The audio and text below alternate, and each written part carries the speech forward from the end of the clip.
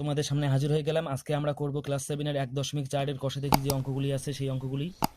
এর আগে আমাদের 13 দাগ পর্যন্ত অঙ্কগুলি করা হয়ে গেছে। যদি কেউ ভিডিওগুলি না দেখে থাকো তাহলে অবশ্যই ডেসক্রিপশন বক্সে লিঙ্ক দেওয়া আছে, দেখে নিও, অথবা তোমরা এন্ড স্ক্রিন থেকেও দেখে নিতে পারো। আজকে আমরা 14 দাগ থেকে অঙ্ক করা শুরু করব। তবে অঙ্ক করা শুরু আগে সবার কাছে প্রত্যেকবারের মতো এবার একটা ছোট্ট রিকোয়েস্ট, যদি এখনো পর্যন্ত আমার এই চ্যানেলটিকে কেউ সাবস্ক্রাইব না করে থাকো অথবা নতুন হয়ে থাকো তাহলে অবশ্যই আমার চ্যানেলটিকে সাবস্ক্রাইব করো, কেননা এখানে পশ্চিমবঙ্গের সিলেবাস অনুযায়ী পঞ্চম থেকে অষ্টম শ্রেণীর অঙ্কগুলি নিয়মিতভাবে করানো হয়। চলো আজকে কথা না বাড়ি আমরা 14 নম্বর অঙ্কটা করি। বলছে বকুলতলার একটি পুকুর সংস্কার করতে পঞ্চায়েত যতজন লোক নিযুক্ত করেছিলেন তারা ততদিন কাজ করে মোট এত টাকা পেয়েছেন। প্রত্যেকে দৈনিক যদি এত টাকা পান তবে কতজন লোক কাজ করেছিলেন হিসাব করে দেখি। আমি এই অঙ্কটা তোমাদের প্রথমে একটা ছোট্ট সংখ্যা দিয়ে দেখাই দিচ্ছি। দেখো, বলছি যতজন লোক নিযুক্ত করেছে তারা ততদিন কাজ করছে। ধরো যে 5 জন লোক নিযুক্ত করছে কাজটার জন্য, তাহলে আবার প্রত্যেকে 5 দিন করে কাজটা করছে। তাহলে কি হয়েছে, 5 জন লোক নিযুক্ত করছে, তারা কাজ করছে 5 দিন করে। তাহলে টোটাল কতদিন বা কতজন হলো, 25। এটার কি উদাহরণ হিসেবে আমি বলে দিচ্ছি। তাহলে 25 জন এলো, কিন্তু তারা দৈনিকে 55 টাকা করে পান। এখানে আমরা ধরি যতজন লোক ততদিন কাজ করলো, তাহলে একটা সংখ্যা এরকম করে আসলে 25। আমরা ধরলাম যদি 5 জন লোক 5 দিন কাজ করে তাহলে 25 হয়।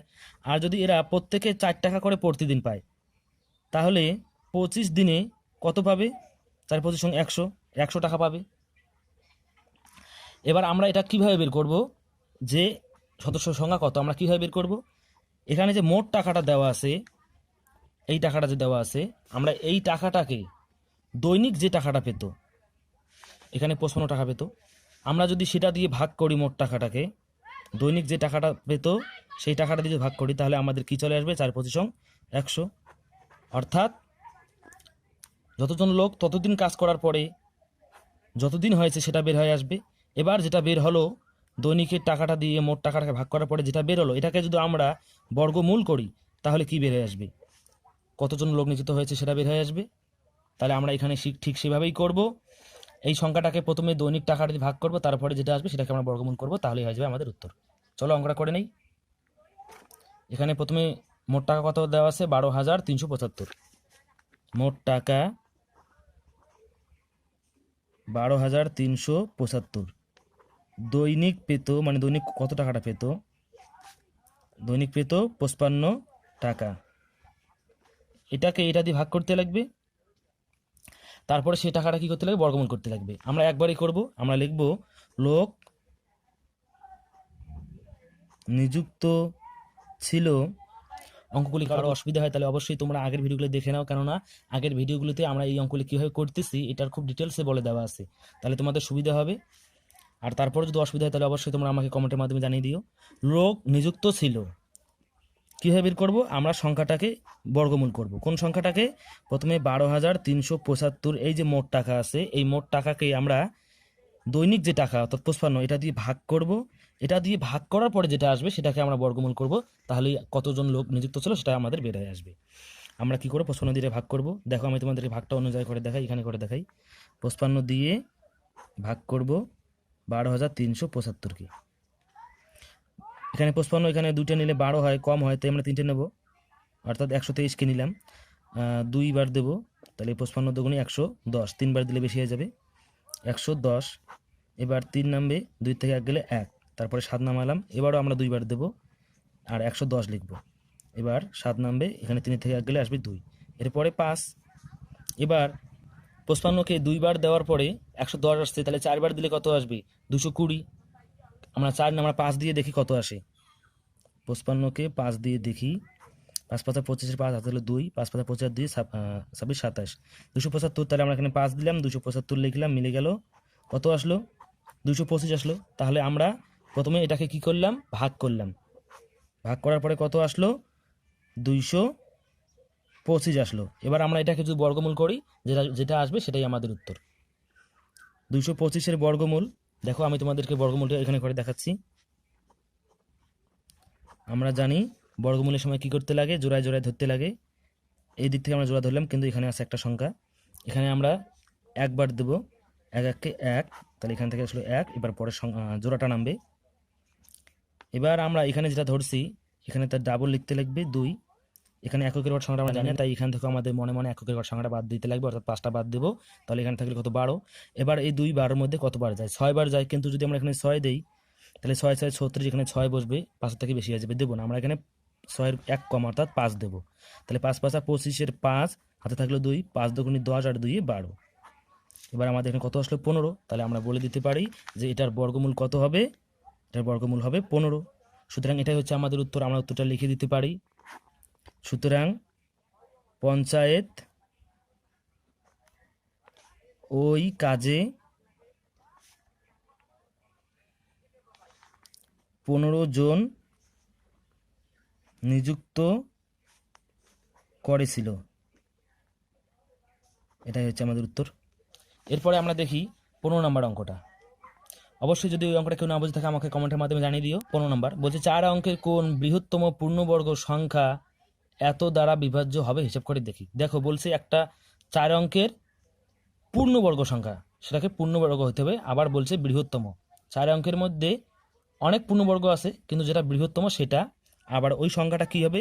এই 12, 18 ও 30 দ্বারা বিভাজ্য হবে। একটা কথা মনে রাখবে, এই সংখ্যাগুলি দ্বারা যদি বিভাজ্য হয় তার মানে এই সংখ্যাগুলির লসাগু দ্বারাও সেটা বিভাজ্য হবে।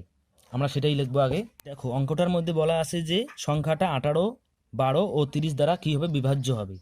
যদি সংখ্যাটা এদেরকে দিয়ে বিভাজ্য হয় তাহলে সেই সংখ্যাটা এদের লসাগু দ্বারা বিভাজ্য হতে হবে। তাই আমরা লিখবো 12, 18 ও 30 দ্বারা বিভাজ্য সংখ্যাটি এদের বলতে এই 12, 18 ও 30 লসাগু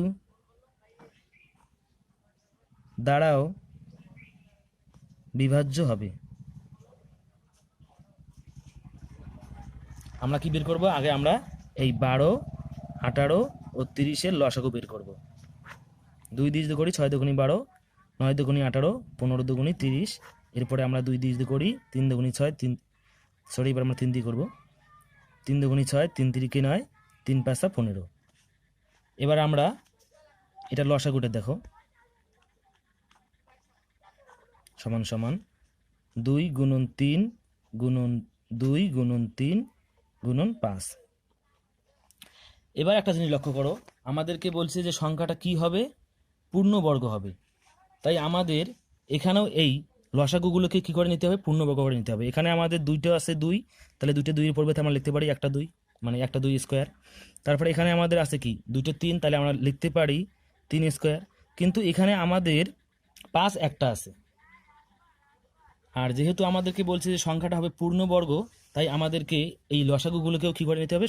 পূর্ণবর্গ করে নিতে হবে। এর জন্য আমাদের কি করতে হবে? আমরা আরেকটা 5 লিখে নেব পূর্ণবর্গ করার জন্য।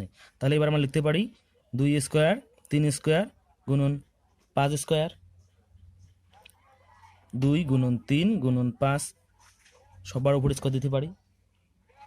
তাহলে কত আসবে? 3 দুগুণি 6 আর 5 6 30, 30 স্কোয়ার। তাহলে 30কে 30 দিয়ে গুণ করলে কত আসবে? দেখো, অর্থাৎ 30-এর বর্গ করলে কত আসবে? 0 0 11 কাটা 0, 3 3 9, অর্থাৎ 900। তাহলে এটা সমান সমান কত এলো? 900। তাহলে 900 একটা এমন সংখ্যা, এমন পূর্ণবর্গ সংখ্যা যেটা 12, 18 ও 30 দ্বারা বিভাজ্য। কিন্তু আমাদেরকে এখানে কি বলছে? আমাদেরকে এখানে বলছে 4 অঙ্কের বৃহত্তম পূর্ণবর্গ সংখ্যাটা পূর্ণবর্গই হবে, কিন্তু 4 অঙ্কের হতে হবে এবং সেটা বৃহত্তম হতে হবে। কিন্তু এখানে 1 2 3 3 অঙ্কের আছে, আমাদের 4 অঙ্কের বৃহত্তম সংখ্যা খুঁজতে হবে। আমরা কি জানি? 1-এর বর্গ 1 গুণন 1 1, তারপরের বর্গটা কত হয়? 2 গুণন 2 4, তারপরের বর্গ অর্থাৎ 3 গুণন 3 9, 4 স্কোয়ার অর্থাৎ 4 গুণন 4 16। এবার দেখো কোনো একটা পূর্ণবর্গ সংখ্যা, মনে করো 5, এরপরের পূর্ণবর্গ সংখ্যাটা কত? এটা আমাদের বের করার জন্য 2 বা 3 দিয়ে কিন্তু গুণ করলে হবে না। 1 দিয়ে গুণ করলে আমরা 1 গুণ পাবো, অর্থাৎ 5 পাবো। এরপরের পূর্ণবর্গ সংখ্যাটা আমাদেরকে বের করতে হলে আমাদের 4 দিয়ে গুণ করতে হবে, কেননা আমরা জানি যে 1-এর পরের পূর্ণবর্গ সংখ্যাটা কত? 4, তারপরে পূর্ণবর্গ সংখ্যা কত? 9। তাই 5 6 7 এগুলো দিয়ে করলে হবে না। আমরা যদি 1-এর পরেরটা বের করতে চাই, পরের পূর্ণবর্গ সংখ্যাটা বের করতে চাই, 4 দিয়ে গুণ করতে হবে। তারপরের পূর্ণবর্গ সংখ্যাটাকে বের করতে হলে 9 দিয়ে গুণ করতে হবে। তারপরটাকে বের করতে হলে 16 দিয়ে গুণ করতে হবে। এভাবেই আমরা যদি পূর্ণবর্গ সংখ্যাগুলিকে বের করতে চাই তাহলে পূর্ণ সংখ্যাগুলি দিয়ে আমাদের গুণ করে যেতে হবে। তাহলে এখানে আছে 900, আমরা বের করব কি 3 অঙ্কের পূর্ণবর্গ সংখ্যা আছে, আমরা 4 অঙ্কের পূর্ণবর্গ সংখ্যা বের করব। তাহলে আমরা দেখো 900কে যদি আমরা 1 দিয়ে গুণ করি তাহলে 900 আসবে, কিন্তু আমরা যদি এর পরের পূর্ণবর্গ সংখ্যাটা বের করতে চাই তাহলে 1-এর পরে কত 4, অর্থাৎ এটাকে 4 দিয়ে গুণ করতে হবে। 4 নং 36, দুইটা শূন্য। এবার দেখো এটা আমাদের কি হয়ে গেল, 1 2 3 4, 4 অঙ্কের একটা পূর্ণবর্গ সংখ্যা হয়ে গেল। আমাদের বলছে কি 4 অঙ্কের বৃহত্তম। এখন আমরা দেখি যে 36-এর বড় 4 অঙ্কের আরও কোনো সংখ্যা আছে কিনা। আমরা এবার কি করব, এটাকে তার পরের পূর্ণবর্গ সংখ্যা অর্থাৎ 9 দিয়ে গুণ করব। 9 নং 81, তারপরে দুইটা শূন্য। এবার আমরা দেখলাম যে এখানেও আমাদের কি আসলো, 4 অঙ্কের একটা পূর্ণবর্গ সংখ্যা আসলো। তাহলে আমরা দেখতে পেলাম যে এটা থেকে এটা বড়। এবার আমরা তারপরের অর্থাৎ 16 দিয়ে গুণ করে দেখব যে আমাদের 4 অঙ্কের আরও কোনো বড় সংখ্যা আছে কি না, পূর্ণবর্গ সংখ্যা। 16 দিয়ে যদি গুণ করি তাহলে 6 নং 54, 54 4, 9 1 9, 9 আর 5 14, তারপরে দুটো শূন্য। এবার আমরা দেখলাম 1 2 3 4 5, এখানে 5 অঙ্কের চলে আসলো। তাহলে 5 অঙ্কের আগে অর্থাৎ 4 অঙ্কের মধ্যে সবথেকে বড় কোনটা, 8100। তাহলে আমরা লিখে দিতে পারি 12, 18 ও 30 দ্বারা বিভাজ্য 4 অঙ্কের পূর্ণবর্গ সংখ্যাটি হলো 8100। এটাই হচ্ছে আমাদের উত্তর। এরপরে দেখো 16 নম্বর অঙ্কটা। এখানে বলছে 5 অঙ্কের কোন ক্ষুদ্রতম পূর্ণবর্গ সংখ্যা 8, 15, 20 ও 25 দ্বারা বিভাজ্য হবে, হিসাব করে দেখি। এখানে কিছুই নাই, একদম আগের মতো অঙ্কটা। এখানে 4 অঙ্কের বলছে, এখানে 5 অঙ্কের খুঁজতে হবে। এখানে বলছে বৃহত্তম, এখানে খুঁজতে হবে ক্ষুদ্রতম। এগুলো দ্বারা বিভাজ্য হবে বলতে এগুলোর লসাগু দ্বারাও সেটা বিভাজ্য হবে। ঠিক আগের মতো করে অঙ্কটা করে নেব, চলো। এই অঙ্কটা করার জন্য আমরা ঠিক আগের অঙ্কের মতো করে লিখে নিলাম যে 8, 15, 20 ও 25 দ্বারা বিভাজ্য সংখ্যাটি এদের, অর্থাৎ এই 8, 15, 20 ও 25 লসাগু দ্বারা বিভাজ্য হবে। তাহলে আমরা আগে এটার কি করব, লসাগু করে নেব আগের বারের মতো করে, একদম আগের বারের মতো অঙ্কটা। 2 দিয়ে যদি আমরা করি 4 দুগুণে 8, 15 নামবে, 10 দুগুণে 20, 25 নামবে। এরপরে যদি আমরা আবার 2 দিয়ে করি 2 দুগুণে 4, 15 নামবে, 5 দুগুণে 10, 25 নামবে। এরপরে আমরা কি করব, 5 দিয়ে করব, 2 3 5 15, 5 1 5, 5 5 25। এটাই হচ্ছে আমাদের লসাগু। সুতরাং নির্ণীয় লসাগু 2 গুণন 2 মানে দুটো 2, তারপরে আছে 5, তারপরে 2, তারপরে 3, তারপরে 5। ঠিক আগের বারের মতো করে আমাদেরকে বলছে যে সংখ্যাটা হবে পূর্ণবর্গ। সংখ্যাটা পূর্ণবর্গ হলে এই লসাগুগুলিও আমাদের পূর্ণবর্গে থাকতে হবে। তাহলে এই দুটো 2-এর পরিবর্তে আমরা লিখব 2 স্কোয়ার, এখানে একটা 5, এখানে একটা 5, এই দুটো 5-এর পরিবর্তে লিখব 5 স্কোয়ার। তারপরে এখানে 2 আর এখানে 3, একটা করে 2 একটা করে 3 আছে। যেহেতু আমাদেরকে বলছে যে সংখ্যাটি হলো পূর্ণবর্গ, তাই আমাদেরকে এগুলো কি করতে হবে, বর্গ করতে হবে। অর্থাৎ আমাদেরকে আরেকটা 2 এবং আরেকটা 3 লিখে নিতে হবে। তাহলে এর পরের বার আমরা কি লিখতে পারবো, 2 স্কোয়ার, 5 স্কোয়ার, এখানে একটা 2, এখানে একটা 2, এই দুইটা 2 এর জন্য একটা 2 স্কোয়ার, 3 আর 3, 3 স্কোয়ার। এবার আমরা লিখতে পারি 2 গুণন 5 গুণন 2 গুণন 3, সম্পূর্ণর উপর স্কোয়ার দিতে পারি। এবার 5 দুগুণি 10, 3 দুগুণি 6, 6 10কে 60, এদিকে প্রথমে হলো 10, এদিকে হলো 6, 6 10কে 60, 60-এর স্কোয়ার। এবার 60কে 60 দিয়ে গুণ করলে কত হয় দেখো, মানে 60-এর বর্গ করব। 6 0 0 0 0, একবার কাটা, 6 0 0, এটা 6, 6 6 36, তাহলে 36 এটা আসলো, 3600 আসলো। এবার এটা হচ্ছে একটা এমন পূর্ণবর্গ সংখ্যা যে সংখ্যাটা এদেরকে দিয়ে কি হবে, বিভাজ্য হবে। কিন্তু আমাদেরকে কি বলছে, এবার আমাদেরকে বলছে যে 5 অঙ্কের ক্ষুদ্রতম পূর্ণবর্গ সংখ্যা খুঁজতে লাগবে। কিন্তু এখানে আছে 1 2 3 4, 4 অঙ্কের আছে। তাহলে এবার আমরা করব কি, এর পরের পূর্ণবর্গ সংখ্যাগুলি খুঁজবো। আর আমরা জানি এর পরের পূর্ণবর্গ সংখ্যা খুঁজতে হলে কি করতে লাগবে, অর্থাৎ 1 গুণন 1 সমান সমান 1, তারপরে 2 স্কোয়ার অর্থাৎ 2 গুণন 2 সমান সমান 2 দুগুণে 4, তারপরেরটা হচ্ছে 3 স্কোয়ার অর্থাৎ 3 গুণন 3 সমান সমান 9। তাহলে আমরা প্রথমে এটাকে 1 দিয়ে গুণ করব,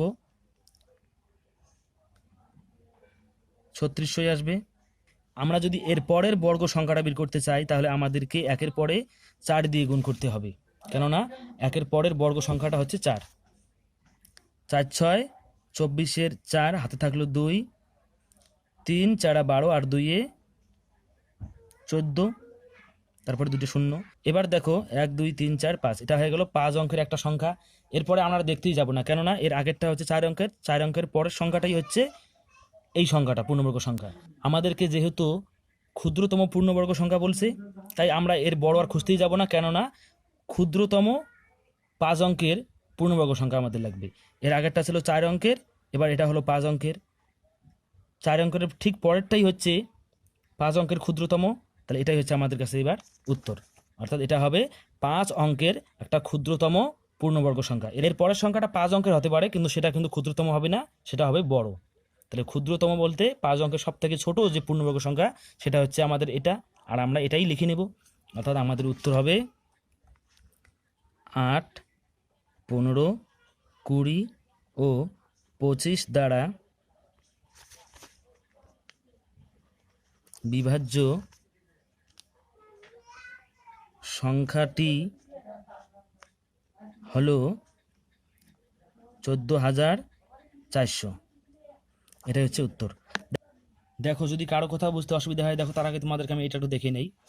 যেহেতু আমাদেরকে বলছে যে সংখ্যাটা হচ্ছে একটা পূর্ণবর্গ সংখ্যা, তাই আমরা কি করলাম, এই লসাগুতে যেগুলো বের হলো আমরা এগুলোকে পূর্ণবর্গ করার চেষ্টা করলাম। যখন দেখলাম যে দুটো পূর্ণবর্গ হচ্ছে না, তখন আমরা এটাকে পূর্ণবর্গ করার জন্য একটা 2 আর একটা 3 আমরা নিলাম। এবার যদি কারো কোথাও বুঝতে অসুবিধা হয়, তোমরা ভিডিওটাকে আরেকবার পিছন দেখিয়ে দেখবে, তারপরেও যদি অসুবিধা হয় তোমরা অবশ্যই আমাকে কমেন্টের মাধ্যমে জানিয়ে দেবে। আজকে এই পর্যন্তই, দেখা হবে পরের অঙ্ক ক্লাসের সাথে। আর পরের অঙ্ক ক্লাস যদি পেতে চাও তাহলে অবশ্যই আমার এই চ্যানেলটিকে সাবস্ক্রাইব করে পাশে থাকা বেল আইকনটি প্রেস করো, তাহলে আমার দেওয়া ক্লাসগুলির নোটিফিকেশন তুমি সবার আগে পেয়ে যাবে এবং আমার ক্লাসগুলো তুমি করতে পারবে। সবাই ভালো থেকো, সুস্থ থেকো।